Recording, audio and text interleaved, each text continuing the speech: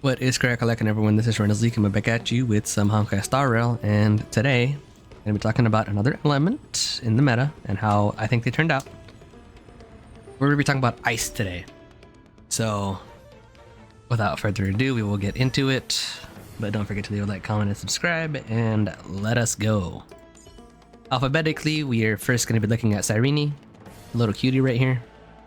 You know, don't think I need to say how good she is at this point. If you have an Amphoreus team, she's most likely gonna be one of your best possible options to run, you know? I just don't think there's a situation with an Amphoreus team that she's best in slot and that you're gonna be mad at running her, you know? It's just the fact that she literally has... where is it? She's best in slot for My Day by far. You can make her... she's not best in slot for Finon, but like if you want to free up a Ceridra for like an Axa or a Sunday for someone else, you can absolutely do that with Finon.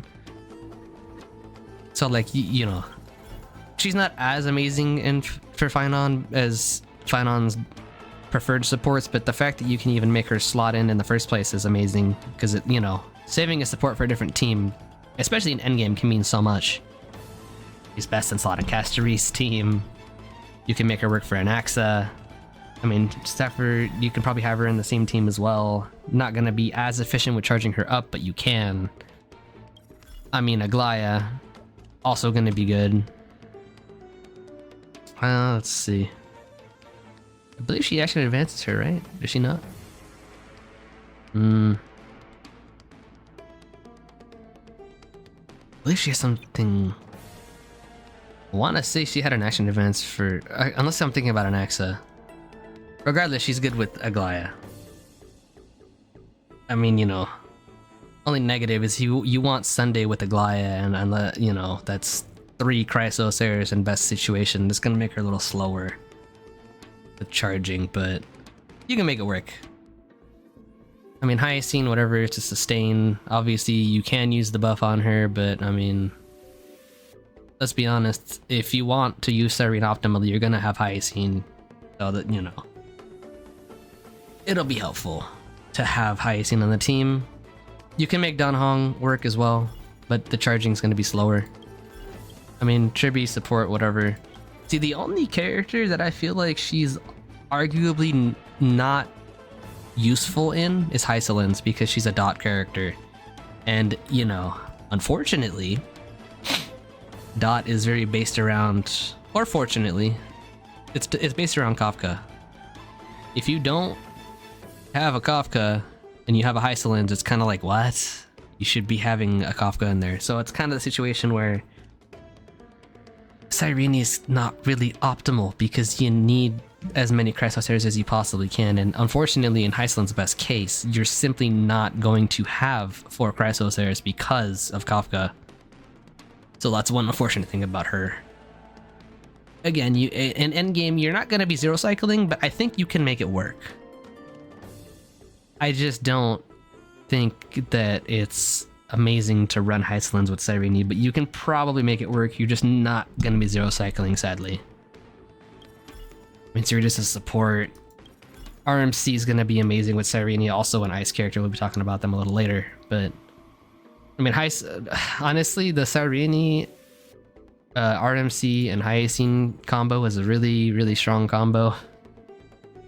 Especially if you consider Evernight as well. I mean, you can rock a full Ice Remembrance team, and that team's freaking strong, because all of these characters are from the Amphoreus arc. So, you know, you have Cyrene herself, you have... well, I mean, you guess you won't have Hyacine as Ice, but you know... there is a full ice team you can rock. It's just whether or not they're relevant. Actually, I guess it's not full ice, because yeah, there's no ice sustain actually. Well, I mean, there's Gepard, but we're not gonna consider that mana sustain for this team. It's HP based, so But Cyrene, I mean, you know, you have her with any Amphoreus team besides Hysolence, and she's going to do you well enough. Is she going to be best in slot? It depends on the team, but the fact that you can even make her work on that many teams is really good. Speaking of Gepard, he's next. Unfortunate, this guy. I mean, his shielding doesn't keep up. His kit is just old as well. He's a, you know, he's a 50-50 loss character, and he was a launch character. Like, he's not really going to be in a good spot. That's unfortunate for him, but you know, not really much to talk about with him. He's just not good anymore. I don't even know what they would do to buff him at this point, to be honest. It feels like he needs a lot. He's just outdated, which is unfortunate if you like Gepard, but me personally, I didn't care too much about him to begin with, so I'm okay with that. Next we have Little Hera. So, going to be erudition. I mean, Little Hera, especially in pure fiction, you can make her work. Is she going to be best ever for Madame Hera herself? No. But you can the fact that you can even use her with Madame Hera to begin with is helpful because, you know, she's free to play. She's no Anaxa. I think Anaxa far and away is Madame Hera's best character, but I mean, if you need a free to play option, Little Hera's right there. So, you know, helpful options. I mean, outside of pure fiction, I don't really know if you're going to be using Little Hera, but the fact that she's a free-to-play option and she's even runnable as old as she is, the fact that she's even runnable in endgame content at all still is really, I think that's really impressive. So, yeah, there's that. Jingliu's next, so Destruction. She got buffed, so I think she's in a pretty good spot now. I don't think she got enough to the point where Blade got it, but I think you can make her work. Especially with her buff now, I think she's in a better spot than she was. I don't think she's... what's the word? I don't think she's really meta, but I mean, again, with enough investment, I think you can make almost any character work. That's a 5-star at least, you know. Any limited 5-star with enough investment, I think you can have you can make them work, you know. You might invest more supports than you want to for her, but I mean, if she's a character you want to use, you're gonna try and make her work, you know. I do think she should have got a little more, but I think if you have her at E2 or so, I think she'll be good enough. I'm surprised she wasn't added at the 50-50 loss pool, to be honest, even though she ended up worse than Blade. I could see that being a thing. Maybe she gets added to the 50-50 loss pool selection. We'll see. Hopefully they do, because I would love to build a Jingliu, to be honest. Next is March. I mean, she's a launch character. I'm not tripping.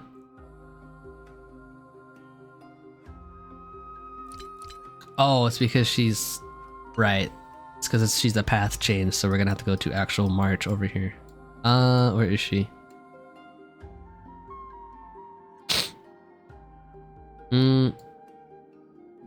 Why can I not find her? Did I favorite her?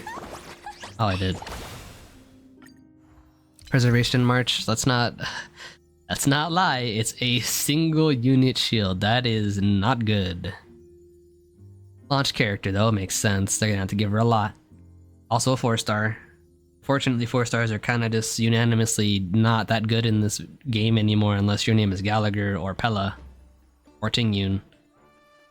So unless you're in that crew, you're kind of fighting an uphill battle, and I don't think March is able to surpass that level, sadly. But she's cute, so there's that, but I just don't think she's good enough anymore. I don't even know if there's a situation you can use her in anymore, to be honest. I don't think she has enough going for her anymore. It's a little bit sad, but that's kind of just how it is. I guess Evernight is actually next, so let's go take a peek. I mean, we don't have her, but Evernight is...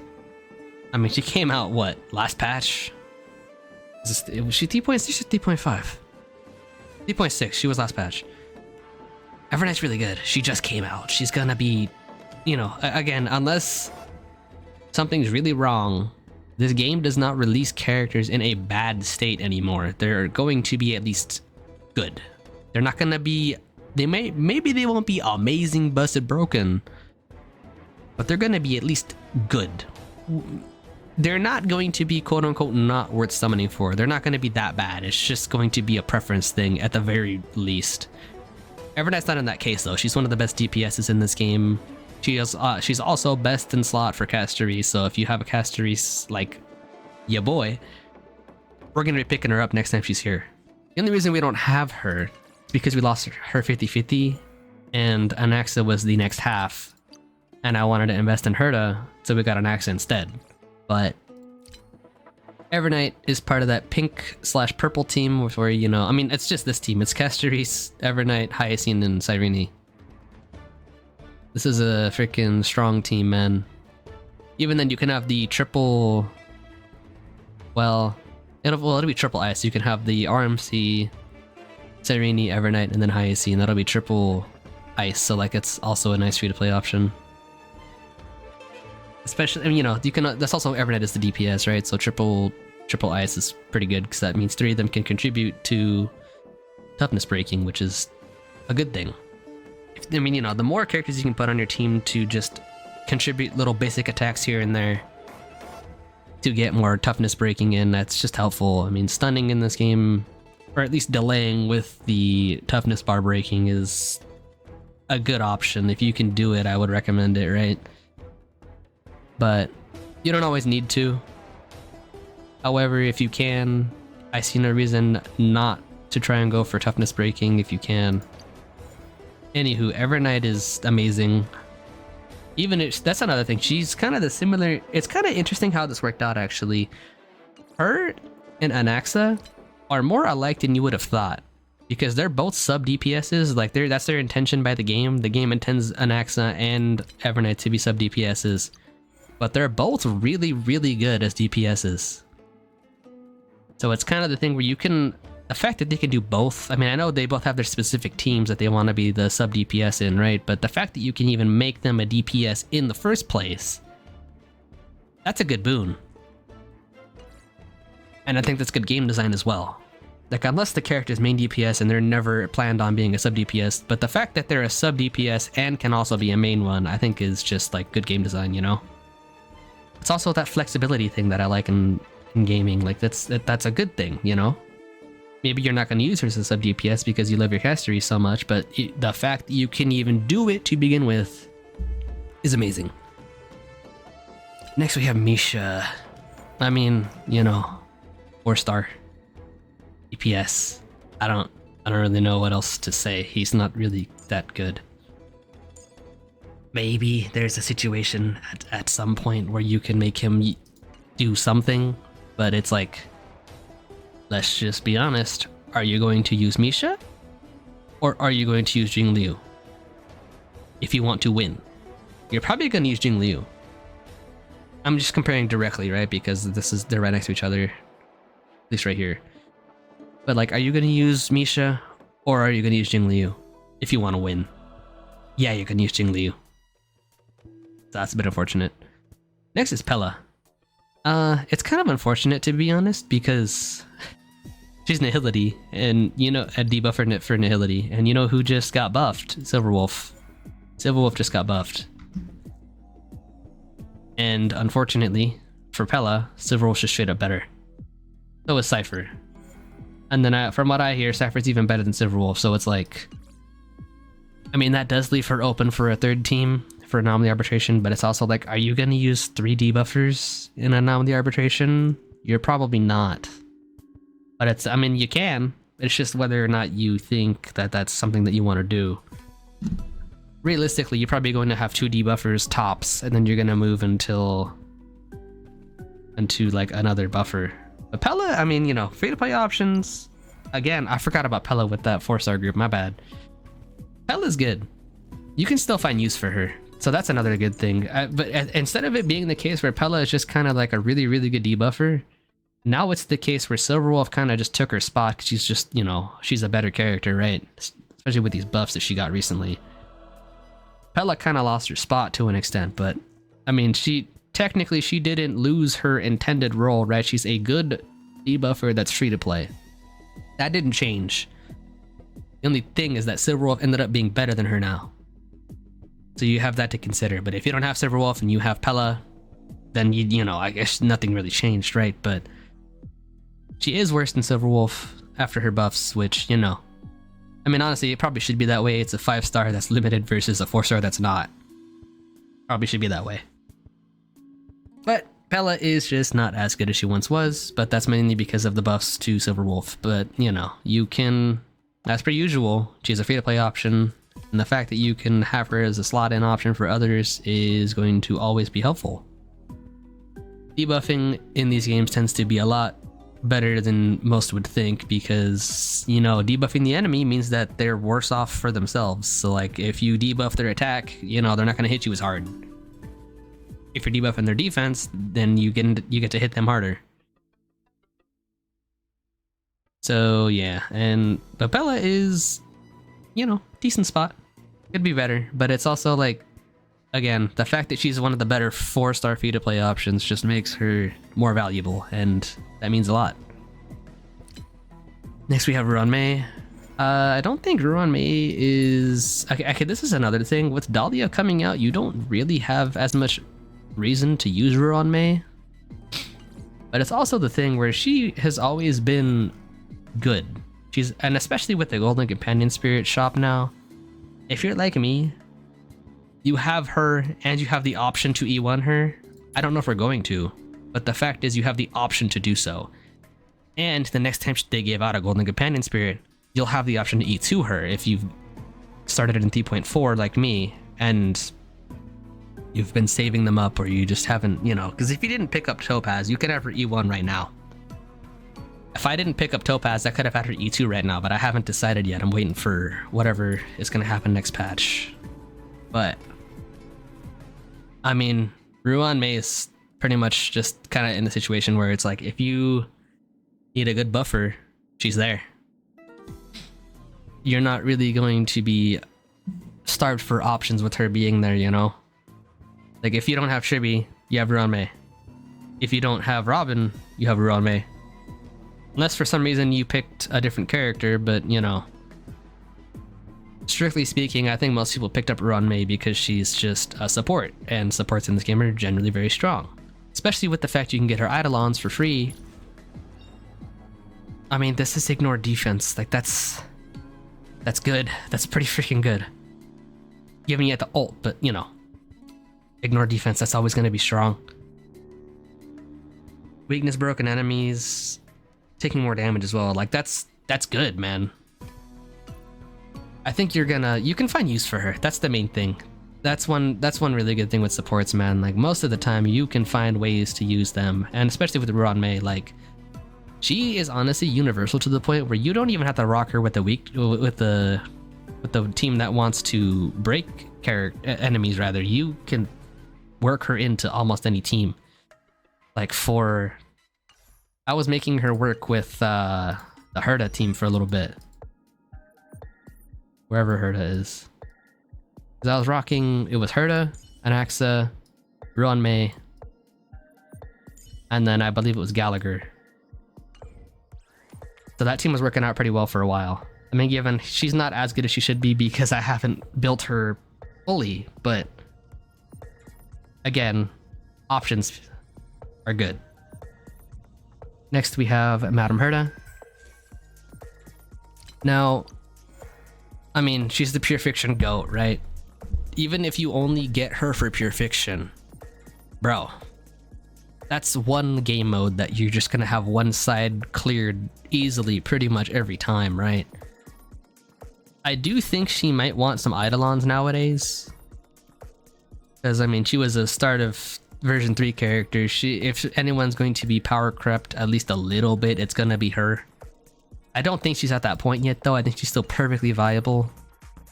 But even if you only get her for Pure Fiction, man, dude, that's one half of Pure Fiction that you just have cleared, bro.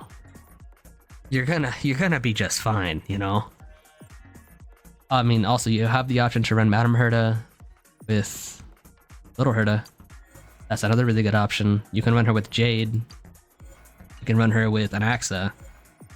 I think Anaxa is her best teammate. I don't even think it's close, but, like, she has free-to-play options as well, which, you know, that's, again, this is going to be a very common thing.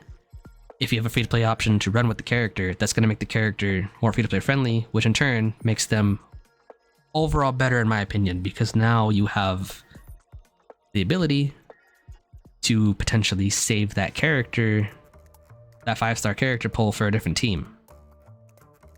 Obviously, in our case, we're gonna go ball out with Herta. We're gonna get her to E6 at some point because she's one of my favorites. But just having the option to have her for pure fiction and then just not have to worry about it. I mean, the only problem I see potentially is if the pure fiction is not ice weak. But I mean, you have an Axa, it doesn't matter anymore because he's going to be infusing weaknesses all around the place. So I think Herta's in a really good spot right now. The only thing is, if you're not fighting multi-target content, I don't think she's as good, but like, this is kind of the case with a lot of these characters, right? If they're not facing AoE content or blast type content, they're not going to be as good. But, you know, they have to have single target content at some point. But right now, I think the Herta stocks are pretty high. Now we have Remembrance Trailblazer. I mean, universal support, true damage, like action advancing 100% with mem skill, like that's very strong. He's probably one of the best supports in this game right now, to be honest, which again means a lot. I think you can find a lot of slots to put her in, or him, whatever gender you picked for the Trailblazer. The fact that they're so universal is just a good thing. Again, with the main character, I think this is a good thing where they should keep making the main character a support for these new teams. It leaves you a free-to-play option, it leaves you a slot to summon for a different team, and if the RMC or whatever MC path is good during that patch, they're useful. I think that's one thing that Star Rail's really good at compared to any of the other MoHoYo games. Well, maybe not Zenless because the main characters don't actually fight, but compared to Genshin, I feel like Star Rail's done really good at keeping the main character relevant, at least recently. I don't remember the days of Destruction Trailblazer and Preservation Trailblazer, but you know, Harmony and Remembrance are doing her really good, or him really good right now, so can't really complain. Hopefully they keep up with this pace of having the Trailblazer be good for whatever current meta team that's coming out for each version. And last, we have my least favorite character in the entire freaking game. Where is he? He's probably yeah. This freaking prick. I do not like Yanqing, bro. I don't know. I don't think there's anything you guys can do to make me like this character. I just don't like him. He's kind of a dickhead. He's overconfident. I know he's pretty strong in the lore, but he keeps getting washed in game, and honestly, it's kind of funny. I'm kind of for it. It's really funny. I mean, Yanqing's also just not good anymore. I don't know if he was ever good, though. You guys let me know in the comments. I don't think he was ever really good, but I mean, let's be real. This is no longer about ice. This is about meta, right? Are you going to use Yanqing, or are you going to use Archer? You're probably going to use MES/Archer. You're probably going to use Archer. He's like, what? The best single target character in the game right now. Are you really gonna waste your time with Yanqing when you can have him? Now I know some of you might not have Sparkle, so Archer might not be as good, but again, are you going to use the best single target character in the game right now? Or are you gonna use some scrub kid who thinks he's all that, when in reality, he's not that guy anymore? Maybe he was never that guy, I don't know. I don't remember. This was before I really got too in depth with the game. But I even off the get-go, I just didn't like him. Like, I didn't know anything about him. I was kind of like, he's not my type of male character archetype. Anyway, that's enough Yanqing hate out of the way. I just don't think he's really that good. I mean, I know he's not that good. He's a launch character. He's a 50-50 loss. Not really good for him. And a free character just washes him out of the water, you know? So it's a little addendum. I'm gonna slot this in somewhere. I forgot to talk about the fact that I like to count the amount of relevant DPS characters, so that way we have like a number for main DPS. I don't know if you can rock Cyrene as a DPS, but I'm sure you can find a reason or a way to do so, but I'm not gonna count her. Jingliu is maybe not meta, but she's relevant. So Jingliu is 1, Evernight is 2, and then Hera's 3. So that leaves 3 main DPS characters, or you know, potentially main DPS characters for Ice. I think Ice is treated the best out of the elements that we've covered so far, because physical, I mean, Boot Hill, honestly, I'm not gonna count Boot Hill. Well, no, he might not be relevant, but like he could be ran. That's the point. So Boot Hill is 1, Heistland's 2. I mean, fine on 3. If you don't want to count Boot Hill because there's not been single target content, then that makes 2. Fire, I mean, it's basically just Firefly. If there's not really another fire DPS to talk about versus 3. So it's like a 2-1-3 basically in favor of Ice. So I think Ice is probably the best that we have so far. I don't know if there's going to be another I don't know if it's going to be another element that's going to be that good in terms of main DPSs for us, but for the meta, but we'll see. Anyway, I will see you guys in a moment, and I'll catch you in a few seconds. That's all I have for you guys today. Hope you guys enjoyed, and don't forget to leave a like, comment, and subscribe, and we will be back with some more content very, very soon. And I will catch all of you in the next video. Laters.